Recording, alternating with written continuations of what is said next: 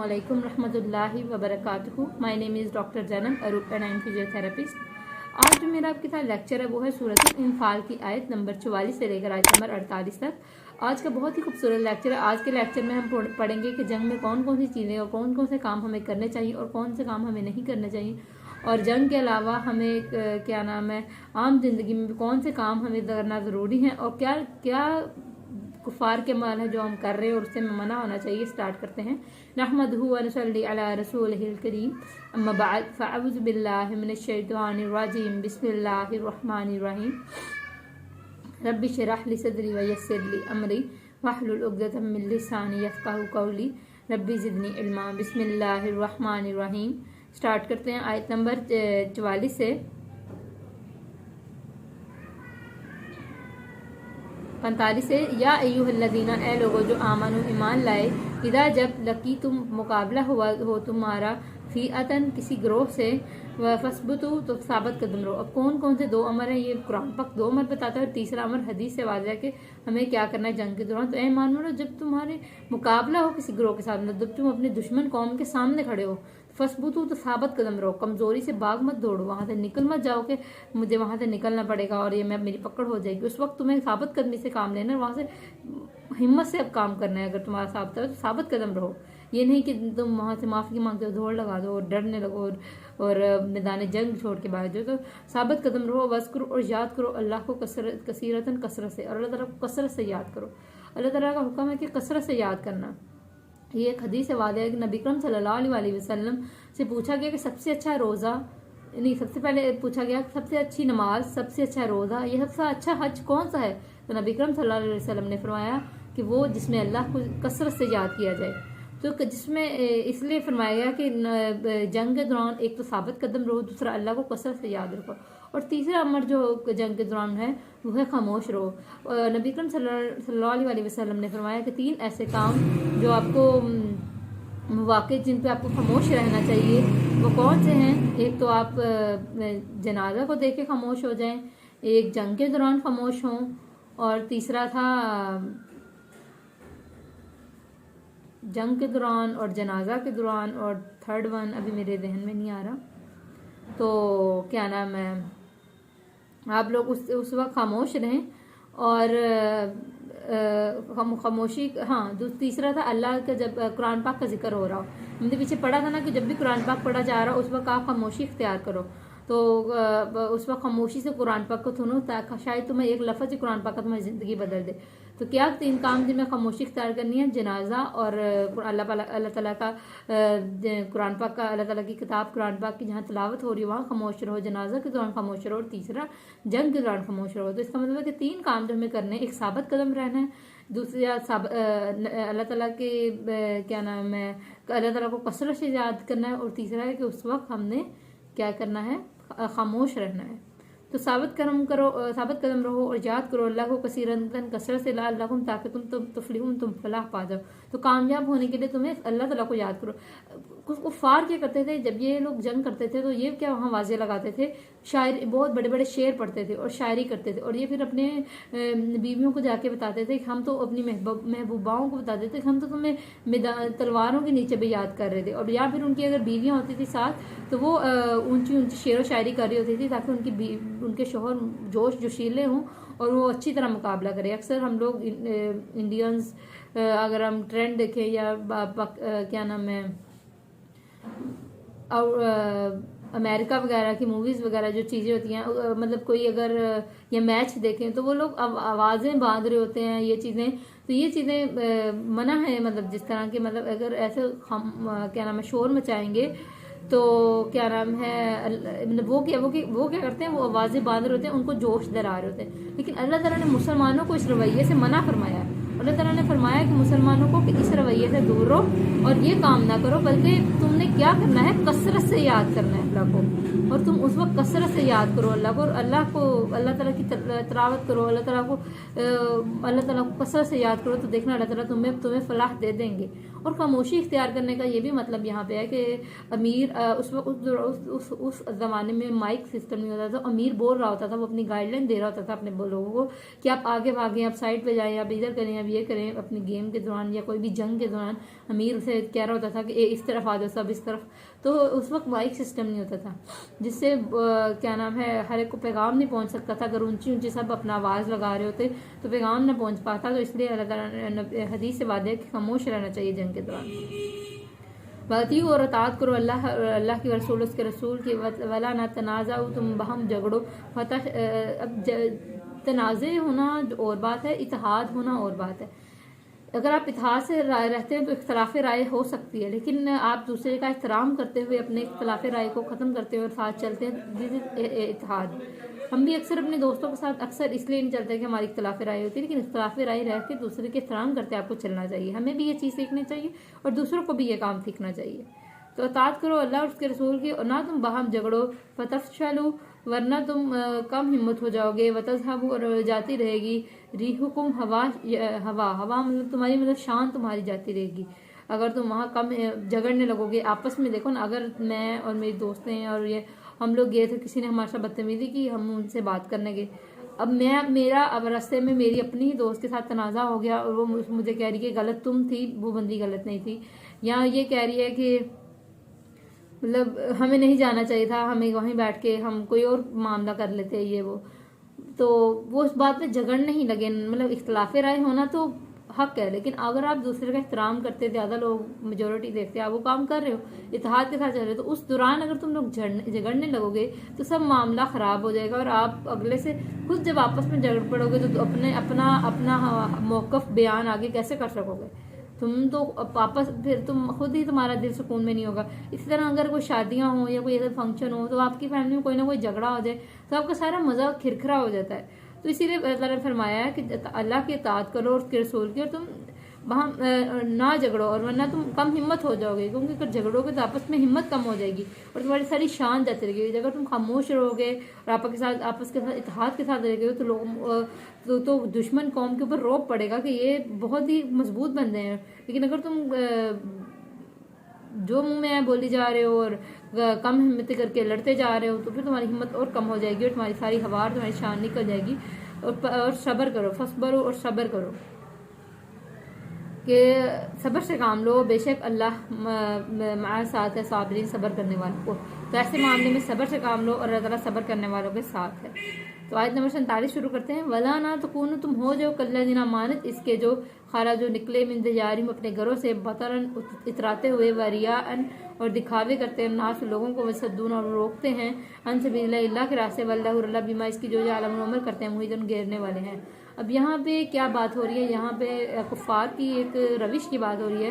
कुफ़ार क्या करते थे जब भी निकलते थे कहीं से, तो वो क्या करते थे, वो धमाले डालते निकलते थे, शराब पीते निकलते थे, ताकि लोगों को इतरा सके कि हम तो बहुत बड़ी चीज़ हैं।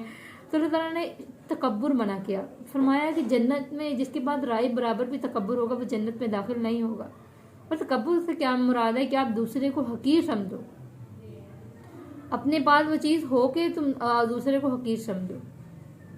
जैसे कि एक जगह हमने पीछे पढ़ी थी हदीस के, एक साहबी ने पूछा था कि मैं अगर नए कपड़े पहनता हूँ तो मुझे फील होता है कि कहीं मैं तकब्बुर तो नहीं कर रहा।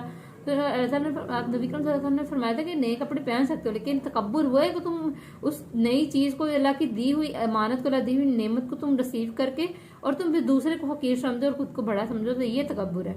तुम वो पहन के अल्लाह ताला का शुक्र अदा करो और तुम दूसरों को भी देने की कोशिश करो, तो ये तकब्बुर नहीं है। तो जिसमें राय बराबर भी तकब्बुर होगा वो जन्नत में दाखिल नहीं होगा। तो इसलिए तकब्बुर से बचो, और तकब्बुर तो बहुत बुरी बीमारी है, उसकी सज़ा दुनिया में मिल जाती है। और हमारे पास क्या है? हमारे पास आँख, नाक, कान, जिस्म का एक अज़ू तो अल्लाह का है, हमारा दिमाग अल्लाह के काम से चलता है। अगर हम आज किसी जगह पहुंचे हुए हैं, आज अगर मैं कहीं पहुंची हूँ या आज मैं किसी काबिल हूँ, तो ये मेरे अल्लाह का करम है।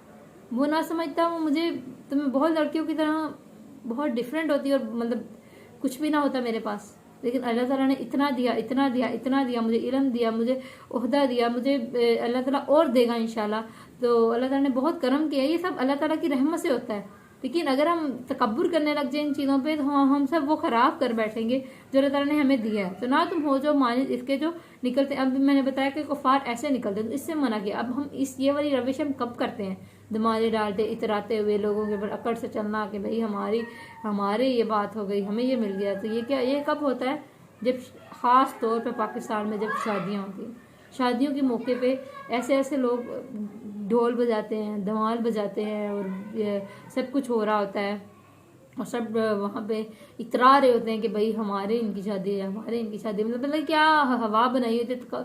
तो अल्लाह ताला ने कहा कि ये कुफार के पेशे हैं कि इस तरह इतरा के चलना, मतलब आप सब कुछ सादगी में भी हो सकता है, लेकिन आपके रिश्तेदार आपको इतना परेशान कर देंगे कि कुछ लोग नहीं अफोर्ड कर सकते, उनको भी सादगी में वो भी कहते हैं कि जो कुछ कर सकते हैं वो करें, वो भी सादगी पे नहीं जाते। तो इस सादगी इस्लाम में आपको जायज़ की है, लेकिन ये इर्द गिर्द के लोग आपको मुश्किल कर रहे हैं, उसको आप यही है कि आप सब्र से काम लें और आप देखेंगे आपका मजहब किस तरफ आपको रोकता है। मतलब रियाकारी से मना करता है, आप रियाकारी ना करें ख्याल के साथ। अगर आपको वही आप काम दुनिया में बता के शोर मचा के ढोल डमका करके करें, वही आप अल्लाह ताला के बताए हुए दीन के मुताबिक कर लें।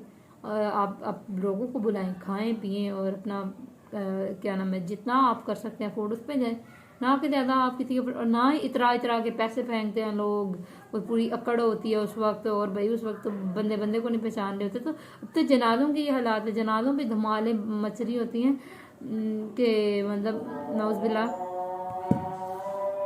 और आजकल तो जनाजों पे भी ये हालात हैं। तो अल्लाह हम पे अपनी खास रहमत करे और हमें कुफार की इन बुरी रवायतों पे और इन बुरी चीज़ों पे चलने से हमें रोके रखे और हम पे अपनी खास रहमत बनाए रखे, आमीन। तो रसूल यही फरमा रहे हैं कि उनकी तरह इतराते हुए और दिखावा करते हुए अबू जहल की कौम जो थी, अब जब इनका इनकाउंटर हुआ था, इनको पैगाम अबू सुफियान ने भेज दिया था कि हम लोग मुसलमानों से बच के आगे चले गए हैं और आप लोग अब ना आए और सब और सेटल डाउन हो गया। लेकिन अबू जहल ने क्या कहा कि हम गज़वा बदर के पॉइंट पे आएंगे, बदर की जगह पे आके मुकाबला करेंगे, अगर जंग हो गई तो हम जंग करेंगे, नहीं तो हम गज़वा बदर में आके ठहरेंगे और वहाँ आके हम महफिलें करेंगे अपने बुतों के बाप के ऊपर, हम तब उनके नाम महफिलें करेंगे, शराबें पियेंगे और वहाँ 3 दिन हम स्टे करेंगे, उसके बाद हम वापस आएंगे। तो अल्लाह ताला ने इनकी मतलब उस दिन इनकी रियाकारी इनके आगे आ गई और ये लोग वहाँ आए और अल्लाह ताला ने इनका इनकाउंटर किया और अल्लाह ताला ने इनको इनके दिखावे और सब चीज़ें इनको सामने आ दी और ये हार के और बुरा हाल वापस किए हैं और इनके क्या नाम है कोई हाल नहीं था, सब कुछ ये लोग हलाक हो चुके थे, ये लोग हलाक होने वाली कौम में चले गए थे। तो ना तुम हो जाओ मानित इसके जो निकले अपने घरों से इतराते हुए और दिखावा करते हुए और लोगों के और वो रोकते थे अल्लाह के रास्ते दे और वल्लाह बीमा इसको जालम अमल करते हैं मोहितुन घेरने वाला है। वाइज और जब ज़य्यना मुज़य्यन कर दिया हम इनके लिए शैतान ने, तो अल्लाह शैतान क्या करता है आपके लिए हमेशा मुज़य्यन कर देता है कि आपको बुराई उस टाइम अच्छाई दिखती है, बुराई आपको मज़े की दिखती है, बुराई आपको एक अट्रैक्टिव चीज़ लगती है और आप उसको कर बैठते हैं और उसके बाद आप दुनिया में ही आखिरत में जाने के बाद दुनिया में ही बाद में आप कहते हैं कि यार ये गलती हो गई, ये गलती कर दिया। तो शैतान आपसे वादे करता है कि मैं आपको इस तरह मदद करूंगा, इस तरह मदद करूंगा, इस तरह मदद करूंगा। तो जब वो वक्त आता है तो वो एक मदद करने से भाग जाता है। तो हुआ था क्या था, एक सरदार थे सुदाकू शायद उनका नाम था, इसी किस्म का एक नाम था, एक सरदार थे, उनकी शक्ल लेकर शैतान आया था और उसने लोगों से वादा किए कि मैं मदद करूंगा। और जब मदद का वक्त आया तो भाग गया, कहता कि मैं तो बस तुम लोगों से ये बुराई करवाने वाला, तो ये दुनिया में भी तुम्हें खैर ख्वाह बन के आता है, लेकिन ये दुनिया में भी तुम्हारा क्या नाम है नुकसान करने वाला है और आखिरत में भी ये तुम्हारा नुकसान करने वाला है। तो जब मुज़य्यन कर दिया हम इनके लिए शैतान ने अमाल हम इनके अमाल को, वकाला उसने कहा अल्लाह नहीं गालिबू कोई गालिब आने वाला लकुम तुम पर। शैतान ने इनको मुज़य्यन कर दिया कि तुम पे कोई गालिब नहीं आने वाला, तुम कर लोगे, तुम कामयाब होके निकलोगे, तुम करो जंग जाओ। ये उम्र आज के ज़मीनासी लोगों में से वन्नी और बेशक हम जार हमसाया ये हमायती हूँ लकुम तुम्हारे। तो वह तो जब तरा एक दूसरे को देखा, मतलब उसने क्या किया पहले इनको मुज़य्यन कर दिया कि कोई नहीं मैं तुम्हारा हमायती हूँ, मैं तुम्हारा साथ हूँ और तुम आज के दिन लोगों को देख लोगे, फेस कर लोगे, तुम्हें कोई प्रॉब्लम नहीं होगी, तुम लोगों के साथ गालिब आ जाओगे इन लोगों के ऊपर, इस तरह दिखाया। और जब वो दोनों एक कौमें एक दूसरे को देखा कि एक दूसरे के सामने सामने धोखा धोखा फिया दिन दोनों जमातों ने नकसू तो पलट गया अलाकिबत अपने दोनों एड़ियों पर। शैतान उसी वक्त मुकर गया और कहता मैंने तो तुम लोगों को सिर्फ रास्ता दिखाया था, तुम लोग खुद ही आ गए, मेरा कोई कसूर नहीं। सूरह इब्राहिम में आता है कि शैतान के हथकंडों के बारे में कि शैतान जब लोगों को जहन्नम में देखेगा तो कहेगा कि ये था सच्चा वादा अल्लाह का और मैंने तो सिर्फ तुमसे झूठ बोला था और अब मुझे मलामत मत करो, तुमने ये सब कुछ खुद किया था। तो ये उसका मजमून था।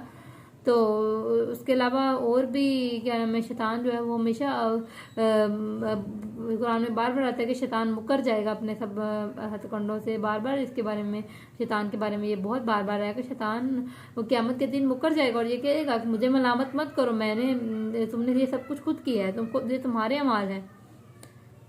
तो वही बात हो रही है कि शैतान तुम्हें मुज़य्यन कर देगा कि तुम्हें ये देखेंगे कि दोनों जो के पलट गया अपनी एड़ियों पर। जब तुम देखोगे पहले मुज़य्यन किया कि तुम कर लोगे, तुम गालिब आओगे, जब जंग हुई तो भाग गया, कहता मैं तो तुमको यहाँ तक लाने वाला था। वकाला उसने कहा इन्नी बेशक मैं बरी जमाऊँ बिकुम तुमसे, इन्नी बेशक आराम मैं देख रहा हूँ, माँ जो तला तुरना नहीं तुम देख सकते, इन्नी बेशक मैं खाफू में डरता हूँ अल्लाह से।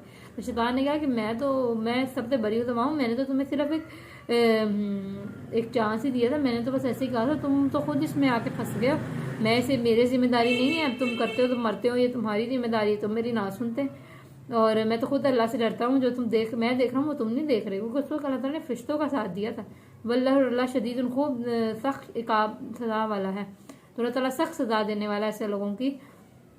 तो अल्लाह ताला ने यहाँ पे शैतान का भी पता लग गया कि शैतान किस तरह आपको मुज़य्यन करके दिखाएगा और कितना खूबसूरत करके दिखाएगा, और उसके बाद आप किस तरह उसके हथकंडों में फंस सकते हैं। और शैतान आपको उस दुनिया वैसे तो आपका खैर ख्वाह बनता है, लेकिन ये दुनिया आखिरत के साथ साथ दुनिया में भी आपको धोखा देने वाला है और आप उसके बाद अपने मलामत करते ही रह जाएंगे। तो अल्लाह ताला हमें इस शैतान मरदूद से हम पनाह मांगते हैं और अल्लाह ताला हम पे अपनी खास रहमत फरमाए। इस आयात में हमने मालिक नेमत की तकसीम पढ़ी, हमने शैतान के हथकंडे पढ़े और हमने ग़ज़ब बदन में होने वाली क्या नाम है, हमें खामोश रहना है, किन किन कामों को करना है, किन किन कामों में को नहीं करना, और फिर हमें वो पता लगा। उसके अलावा हमें ये पता लगा कि हमें शैतान के हथकंडों से किस तरह बचना है और फिर रियाकारी नहीं करनी। तो अल्लाह ताला ने आज के लेसन बहुत खूबसूरत हमें बहुत कुछ सिखाया। तो अल्लाह ताला इसी तरह हम अपनी खास रहमत रखे और हमें ऐसा नॉलेज मिलता रहे। अल्लाह ताला अपना खास करम करे और हमें इस पर अमल करने की तौफीक दे। आमीन। जज़ाकल्लाह।